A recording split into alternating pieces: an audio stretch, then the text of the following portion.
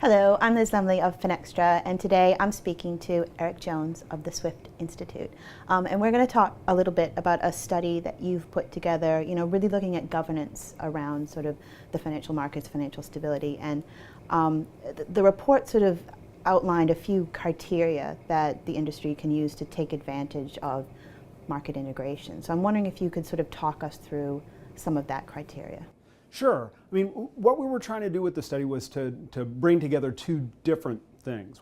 And so what we tried to do was to look at what institutions you would need if you were going to integrate national financial markets into one big integrated financial space. What institutions you would need to make sure that this kind of disintegration that we've been experiencing in Europe doesn't happen.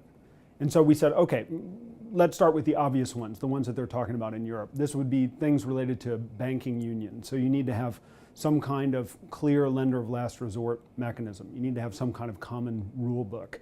And you need to have some way to wind up failed entities, right? So standard protocols for resolving failed entities.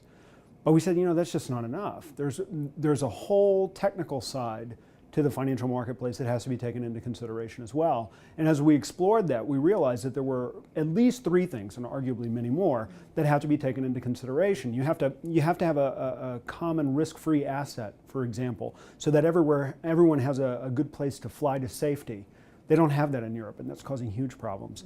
You have to have a centralized system for sovereign debt management so that you can actually underwrite this asset. And then you have to have all the market infrastructure that organizations like SWIFT represent, but extend from communication through clearing and settlement to depository. I know, because there's a lot of movements towards harmonization with Target 2 securities and with payments with SEPA, so that seems to be a big movement towards harmonization. That's right, but unfortunately, this harmonization has not been brought into the broader conversation about stabilizing financial market integration, and needs to be, because one of the things that we discovered is the extent to which this substructure in markets is responsible for carrying the lion's share of the load in stabilizing financial integration. I mean, a good illustration would be Target 2 itself.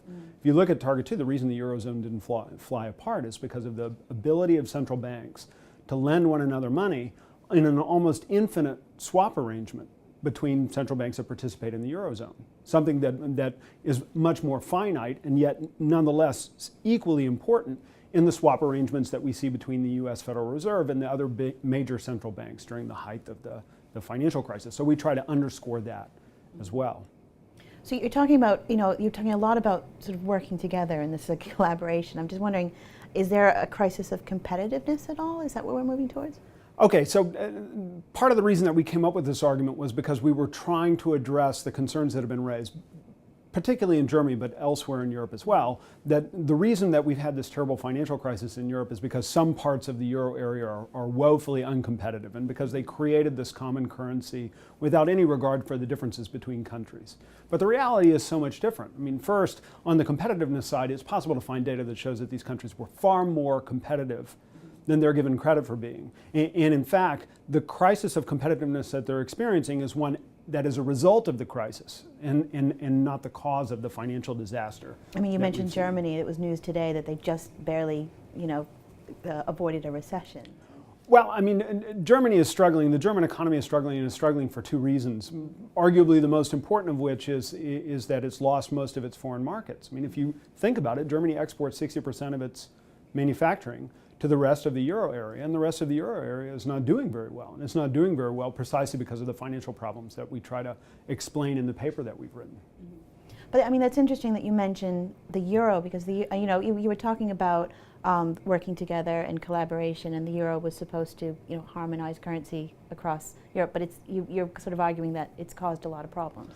Oh no, see, what the euro was supposed to do was to eliminate exchange rate volatility. It succeeded. Okay. Inside the euro area, there has been no exchange rate volatility. There's been a reemergence of convertibility risk, which is to say cross-border risk expressed as a fear that one country or another will leave the euro area.